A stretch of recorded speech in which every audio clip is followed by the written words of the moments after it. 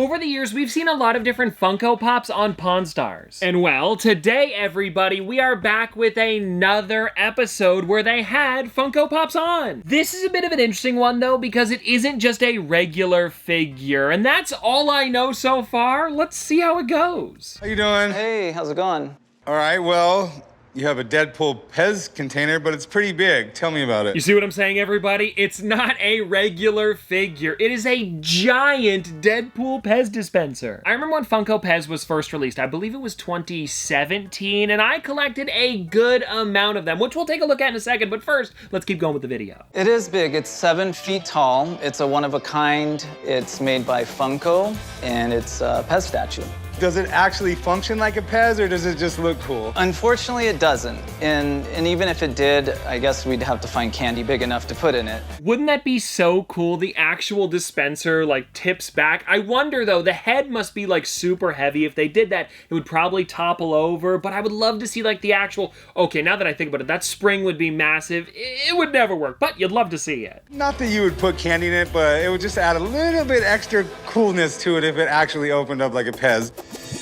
I'm at the pawn shop today to sell my Funko Deadpool Pez statue. Okay, this is kind of funny. I want to read what they have here. Funko Deadpool Pez statue. Funko is best known for making licensed figurines and bobbleheads, and have made figures for tens of thousands of characters, which is completely true. The statue is 7 feet tall. It weighs probably 450 pounds. So I'm asking $25,000 for the statue just because... Pez candy was invented in Austria in the 1920s and originally was imagined as an alternative to smoking. Okay, I knew the smoking thing, but I didn't know it was Austria originally. Huh. It's Funko, it's Marvel Deadpool, and it's Pez. And there's only one in the world. If I'm able to make a sale today, I would take the money and put it in a savings account for a new house. Deadpool is a really, really cool character in the Marvel world. He's kind of an anti-hero. In 2017, there was a big collaboration between Pez and Funko Pop. Aha! I was right about the 2017! It's funny because Chum just said it. I'm sure they kind of get briefed a little bit beforehand, but that is so funny. I got the year right on! To promote the Marvel series. I see the Pez marking right here. Does it have any Funko markings on it? Yes, it is signed by Mike Becker, the founder of Funko, and also by the former CEO, Brian Mariotti. Interesting, everybody, because if you don't know, I actually have both of these signatures somewhere in my collection, and this is exactly what they look like. I mean, here's the thing. I don't think you would go and fake a Brian and Mike signature. It just doesn't make sense. The one thing I'm a little bit curious about, though, is why their pens are different colors. Like, were they at the same event? Did he, like, bring this somewhere to get it signed by one and then the other? I guess we'll find out. Was this like a raffle giveaway or something like that? I was at the Funko Pez launch event in Irvine, California. So were you the winner of the raffle, or did you buy it from the winner? I was the winner of the raffle. Oh, he won it from a raffle. And I actually remember the event that they did. I believe it was over at a box lunch. It probably would have been in 2017, like he was mentioning. And I'm trying to think, there was some other stuff that was also given out at the time, because I remember seeing people with these, like, cardboard cutouts, almost if it were, like, a person standing at a cardboard cutout, but, like, a little bit smaller, and it was, like, the different Pez dispensers they had. You know what, everybody? This is crazy. I actually went onto Funko's YouTube channel and I found the event. And if you look in the front window there, it's the giant Deadpool Pez. This is so cool to see because it looks like people brought their stuff to get signed. They're standing in line. I actually recognize some of these people in it too. Like, I've met a few of the fanatics that are just like at the event. It is so cool to see this. And it's really fun to have people like, you know, actually getting some of the Pez. I believe this would have been for the first time ever.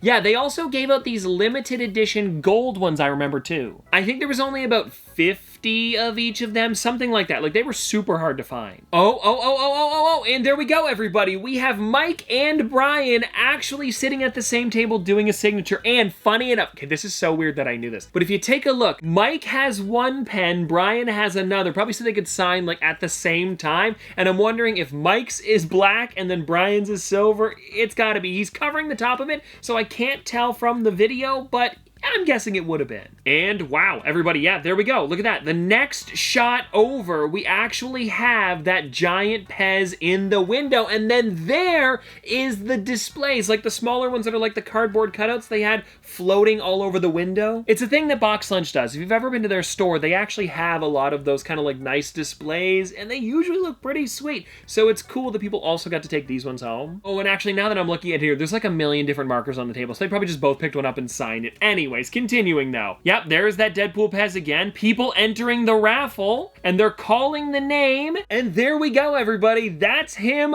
winning it. And I wonder if there's anything else in the video. Oh, they actually show off Mike's signature, but they didn't show off Brian's. So maybe with them both being there, they recorded it and then just like he signed it after? Must have been. And anyways, though, getting back to Pawn Stars, let's see what they have to say next. That's pretty cool. It's actually in really good condition. I imagine you just put it up in your house when you got it? Yeah, it's been with me the whole time. So I've had it for the last 5 years and have taken really, really good care of it. Do you have your price in mind? Yes, I'm asking $25,000. Ooh, $25,000. That is, I'm gonna be honest, little high, I would think anyway. Because I've actually done my research on like larger figures like this, and there are some available on eBay right now. One of the ones that I can think of are actually the two mystery minis. Well, they're the style of mystery minis, but they're like taller than I am. They were over at the FAO Schwartz store in New York over at Rockefeller Center. And what happened with those ones there is I guess they took them out, and now some sort of like prop store is selling them on their eBay, and they have them, I believe, for like 20 to 25,000, something around there. So for two of them, you could get, well, for this, I don't know, I'd probably go for the mystery minis. Also, with Star Wars being one of the biggest franchises ever, and don't get me wrong, I like the Pez, but you don't get the body of Deadpool, and I feel like if you were to buy something so large, you'd want to have that. I mean, maybe if you're a big Pez collector, or maybe even the Pez Museum would like something like this. I know that they have a place where you can check out every single Pez ever, and with this being a one of one, it could be a cool thing to maybe either sell to them, or I don't know if you could donate it because of how expensive it is, but you never know. It's got all the stuff you wanted to have. To ask that much for it, Pez, Deadpool, and I mean, nothing's hotter than Funko over the last 5 years. So let me make a phone call and see if I can get my guy Steve Johnston down here to take a look at it. He deals in Funko Pops all the time. Yeah, that sounds good to me. Okay, they're bringing the expert in, and now this always happens whenever we react to a Pawn Star clip, because this is how the show goes, and I'm thinking it's not going to be 25,000. I mean, 25,000, like I said, is kind of crazy for something like this. I would assume, I'm thinking here, maybe like 10,000, 10 to 15,000 seems more reasonable, because it's, you know, like I said, it's not one of the big statues that's a complete Funko Pop, it's a Pez. Every single one of them this size is pretty much a one of one. Like, you're not going to be finding another one of these somewhere. I know that there are some that are a little bit smaller that were Batman, and they were given out to a bunch of different, like, collectible stores, but nothing like this. It truly is a single figure. So, I don't know. I'm assuming 10 to 15,000. I told you it was the biggest Funko you've ever seen. Wow, that thing's cool. How's it Hey, going? nice to meet you. Jason. Nice to meet you. But are you familiar with this? So they did a whole event to promote that Marvel was now going to be in the Pop Pez world. And Funko's really good at these things, where they've brought these events that come to life and they have super exclusive items that you can get. The one that we actually just watched. See, we're ahead of Steve here. We got it. It does have a couple nice signatures on the back. It's signed by Mike Becker, which is the founder of Funko. And then it's also signed by the former CEO, Brian Mariotti. This is funny, too. I wanted to read this. Mike Becker, a t-shirt designer and toy collector, started Funko from his house in 1998. If you haven't watched the Making Fun documentary, I definitely recommend it. It goes to show, like, the entirety of Funko over its 20 years, I believe it would have been. I think it's something around there anyways. Maybe a little bit less than that. 15? I don't know. It was a long time ago, and I think it's so cool to see from the beginning all the way to, like, where they are now, pretty much. Mike Becker's kind of like the rock star of Funko. How do you price this? Really, it's like items. There's not a Funko Pop Pez life size that's been available on the marketplace. Aha! That's what I was saying, everybody. I was talking about those ones over at FAO Schwartz. And so if he's going off of that, I think that 10 to 15,000 could be pretty much right on the money. There's a huge collector base for Pez. If the larger 18-inch scales are any indication to the collector market of what a larger scale would be, I have a tendency to think that that collector is probably gonna be a little more timid on something really large. I'm looking at it more of like a kind of a Deadpool collector, or do you think this is a Funko guy that's gonna want this? I think this is gonna be a combination of a statue collector, someone who collects Marvel and specifically Deadpool, over a Pez collector. I don't know, everybody. I just feel like a Pez this big, if you don't collect Pez, why would you? I don't know. It just seems like such a weird thing for him to say. Like, I do have a feeling that if you're a Deadpool fan, you would want this. But he says over a Pez collector. I don't know. People like have full Pez rooms, and of course people have full Marvel rooms too. So we'll just see what he says. Being a one of one and the current marketplace, I think that you could safely expect to get $8,000 for it. All right, well, thank you. No problem.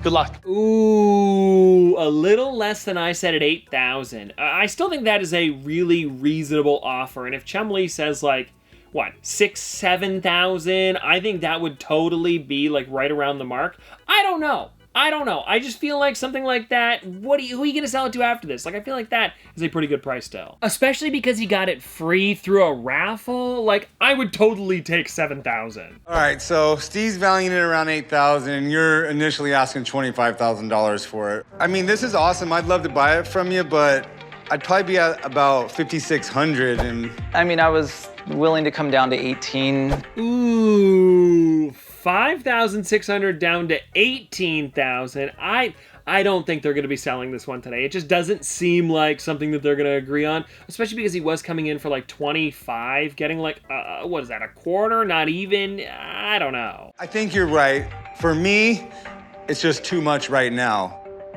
I think that if you can do some good publicity with the right auction house, you definitely get the group of collectors you need to get your price up there. Sounds good. Well, thanks for bringing it out today. Oh yeah, no problem. Thank you. Okay, well, there we go, everybody. That was Pawn Stars. And I gotta say, I think it was a pretty cool piece, but definitely not $25,000. And honestly, when it comes to these episodes here, I feel like they are just kind of bringing them on because, you know, it's a cool product. Even if it doesn't sell, it's a great clip for the episode. And I know I promised all you guys that I was gonna show you some of my Funko Pez. Well, I actually have them inside of this Aladdin Funko Collector's Box marked Pez. Let's get into this thing here because I think I actually have a Deadpool inside. I do. I have this gamer Deadpool. It isn't, you know, the one that they were looking at there. I do have that one somewhere, but I mean, this is still pretty close, and I feel like why are we buying Pez for so expensive when these were like $250 when they came out? Actually, now that I say that, I think they were a little bit more expensive, but either way, if you guys want to check out some of the ones that I've got here, we've got like Sheriff Ralphie, one of my favorites, and there are so many great ones that they did over the years.